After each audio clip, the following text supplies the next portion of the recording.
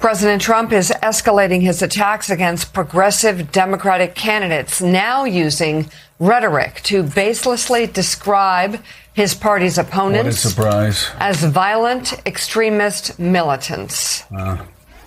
What recommendations do you have for Republicans, heading into midterms right now? And are Democrats, with the candidates they're putting forward, making life easier for? Well, the one thing is we have jihadists being elected all over the place. We have this, whether it's communism, jihadism. It's a friend of mine called up. He said, really, you should use the word jihadist because that's what's happening.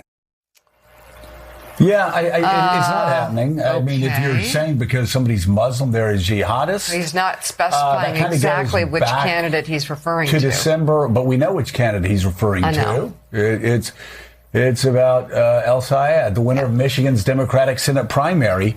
But, you go back to, this is very typical, you go back to December of 2015. Donald Trump was talking about a Muslim registry. Yeah. And at the time, we said this is what Germany looked like in 1933, 1934.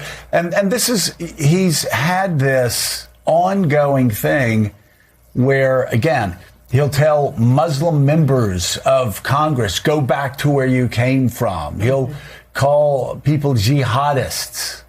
And don't even get me started on the communism thing. There is a socialist threat in America right now, a rising socialist threat. Yeah. And the call is coming from inside the White House. The same Trump White House that's taken over parts of 30 private companies. This is what pre-Thatcher Britain looked like. And it's Donald Trump that's socializing, nationalizing American companies. Anyway. So look at what he posted. Over the weekend, Trump posted on Truth Social an image of himself with the First Lady next to an image of El-Sayed and his wife with the text reading, "Two very different Americas." The White House's official social media pages echoed that message, characterizing El-Sayed as a direct threat to America and the very values that define our nation. By the way, that candidate has great clapbacks to Donald Trump. If you go to him with what Trump has said, he is ready, ready for prime time. It's very interesting. We had a conversation yesterday about some of the challenges that he's going to be facing. Yeah. 14% of Michigan people came out to vote in the primary, and he barely won that primary. He does have to bring a lot of different parties together, different parts of Michigan together. But as far as political skills go, he's a very talented guy. And I must say, when Donald Trump calls him a jihadist, which is, who else would he be talking about? I think all he's doing is driving Donald Trump, a lot of independent voters toward El-Sayed. I think he also is making life a lot more difficult for Muslim Americans who are, Mr. President, Americans. Yeah.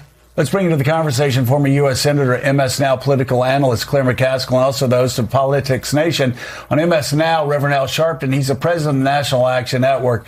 Claire, the jihadist thing is low-hanging fruit. It is what Donald Trump's been doing. It is just sheer total bigotry, xenophobia, and hatred towards Muslims. He's been doing it since 2015. Let's talk first, though, about this communism threat, about socialists. When you have that coming from a president who, as the Cato Institute has said, not a bunch of lefties, has socialized 30 free enterprise companies in America. The government has taken control or part of 30 companies in America under Donald Trump. And they want more, and they're bragging about it. Yeah, I think it's a real stretch for a guy who considers Putin one of his besties to be criticizing candidates in the Democratic Party who want to have health care for everybody. It is really rich. Look at who he wants to sidle up to on the international stage. Putin, Xi, North Korea. What are these countries that don't fully embrace socialism and communism and all the things that he's railing against? And you're right. He has done more to undermine pure capitalism in this country than any president I can remember. In terms of grabbing parts of private companies and thinking the government should get a piece of the action. And by the way, your last segment, when you talked about all those billionaires, a lot of them have gone along with it just because they don't want to fight him and get the blowback they would get from this particular White House. Not because they think he's great. Yeah. And many of them not even because they got their feelings hurt by Joe Biden. Maybe not. Some say it had more to do than just having their feelings hurt, but I do get your point. So, Rev, this is a guy, again, talking about communists. He sends love letters to commies, to the worst communist dictators on the planet. He calls Xi a great leader, a strong leader, really likes him. Vladimir Putin, ex-KGB agent who sees the fall of the Soviet Union as the greatest tragedy, geopolitical tragedy of the 20th century. He just absolutely adores him. So you have that on the socialist front. And then on attacking Muslims and talking about jihadists, this is just something he's constantly doing. Go back to where you came from. That sort of hatred, that sort of xenophobia. He's been saying that to members of Congress. It is deeply anti-American. There's no other phrase for it. Let's not forget that he started his political career saying Barack Obama was not really American. He's not one of us, his whole birtherism thing. But for this man who, as has been said, to get along with the North Korean president, get along with Xi in China, and Putin and him are besties, to say this is in itself very, very ugly. But to really try and act like a jihadist is someone who is now the Democratic nominee in Michigan, is to really, in many ways, take the kind of feeling that Americans should have over real jihadists.